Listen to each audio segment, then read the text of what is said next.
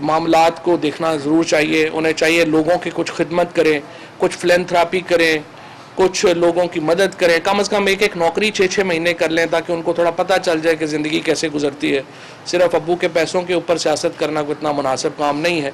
सो इंशाअल्लाह ताला जो पाकिस्तान का मुस्तकबिल एक रोशन मुस्तकबिल है, और इंशाअल्लाह इमरान खान की क़यादत में हम जिस तरह आगे बढ़ रहे हैं, हम इंशाअल्लाह एक कम्प्रिहेंसिव पॉलिसी के तहत आम आदमी की जो ज़िंदगी है उसको हमजा आप कोऑर्डिनेट हुकूमत ने अपोजिशन जमातों को दावत दी, लेकिन बिलावल ने ये इल्ज़ाम आयद किया कि 3 वफाकी वज़रा जो हैं उनके कलर तंजीमों से चीज़ें ताल्लुकात हैं, जिससे उन्हें भी हटाया गया था। हम हुकूमत की ऑफर को कबूल नहीं करेंगे। क्या देखिए, बिलावल साहब को ज़ाहिर उन्होंने नहीं गौर से देखा होगा। अगर वो खुर्शीद शाह साहब और कमर ज़मान कायरा साहब की भी तस्वीरें देख लेते किन किन के साथ हैं, वो फिर ये मुतालबा ना करते। लेकिन उन्होंने चूँकि देखा नहीं है, क्योंकि उनको पता नहीं है कि खुर्शीद शाह साहब कितने बड़े टेररिस्टों के साथ मुलाकातें करते रहे हैं।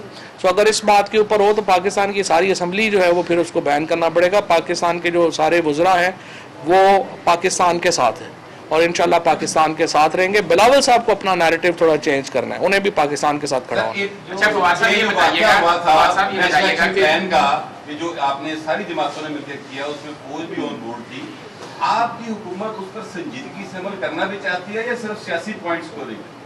मेरा ये ख्याल है कि सबसे ज़्यादा अभी तक जो अमल दरामद हुआ है, पहली बात तो ये बात समझिए कि नेशनल इलेक्शन प्लान 2014 में बना था। ये कहना सही नहीं होगा कि उसके ऊपर अमल दरामद नहीं हुआ।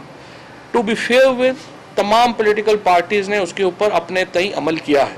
मसलन अगर पीपल्स पार्टी को क्रेडिट दें तो आप सवात का ऑपरेशन हुआ था, पीपल्स पार्टी का उसमें क्रेडिट है, उन्होंने उसको इम्प्लीमेंट किया। PMLN को क्रेडिट दें तो नॉर्थ वज़ीरिस्तान साउथ वज़ीरिस्तान के ऑपरेशन हुए थे, उन्होंने उसमें किया था। हमने आकर के जो उसमें लूप होल्स रह गए थे हम उसको इम्प्लीमेंट कर रहे हैं।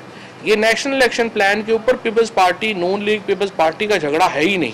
तमाम पार्टीज इसके ऊपर इकट्ठी हैं और इंशाल्लाह इसलिए इकट्ठी हैं। देखिए, हम लोग frank to be fair with, हम लोग मिलिशियाज तो नहीं है, हमारे पास असले है तो नहीं है। हमने तो सियासत करनी है लोगों के साथ मिलके। उसके लिए अमन चाहिए, उसके लिए एक ऐसा माहौल चाहिए जिसमें रियासत का रिट हो। So national action plan is all about रियासत की रिट, और उसको हमने इम्प्लीमेंट करना है। ये मेरे भी इंटरेस्ट में है, पीपल्स पार्टी के भी इंटरेस्ट में है, PMLN के भी इंटरेस्ट में है। तो इसके ऊपर हमारी कोई लड़ाई है नहीं है और इंशाल्लाह इसको हम नेशनल एक्शन प्लान पर जो बिलावल भुट्टो बड़े सख्त बयान दे रहे हैं, क्या इन बयानों के उसमें कोई ऐसे इम्कान हैं कि उन पर पाबंदियां आयद की जाए? किसके ऊपर? बिलावल भुट्टो। नहीं, बिलावल साहब के ऊपर क्यों पाबंदियां आयद करनी है? उनके बयान को वो खुद भी संजीदा नहीं लेते, कोई ऐसी बात। ये बताइएगा कि शेख रशीद ने प्रेस कॉन्फ्रेंस में बाज़ाब्ता तौर पर कहा है कि वो जिहादी हैं, जिहाद पे यकीन रखते हैं। अगर उनकी मस्जिद का मौलवी अशरफ अली जो है वो शाम को फतवा दे रहे कि जिहाद लाजम है तो वो बंदूक लेकर निकल पड़ेंगे। क्या ऐसे वजीर की हैसियत में हुकूमत का जो है नेशनल एक्शन प्लान संजीदा नजर आता है?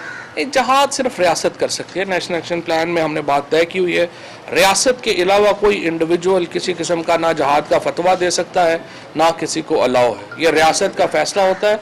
जहाद जो है वो एक बहुत अहम और फजीलत वाली चीज़ है, लेकिन इंडिविजुअल्स को ये हक नहीं है कि वो कोई किसी किस्म का कोई नोटिस लिया गया?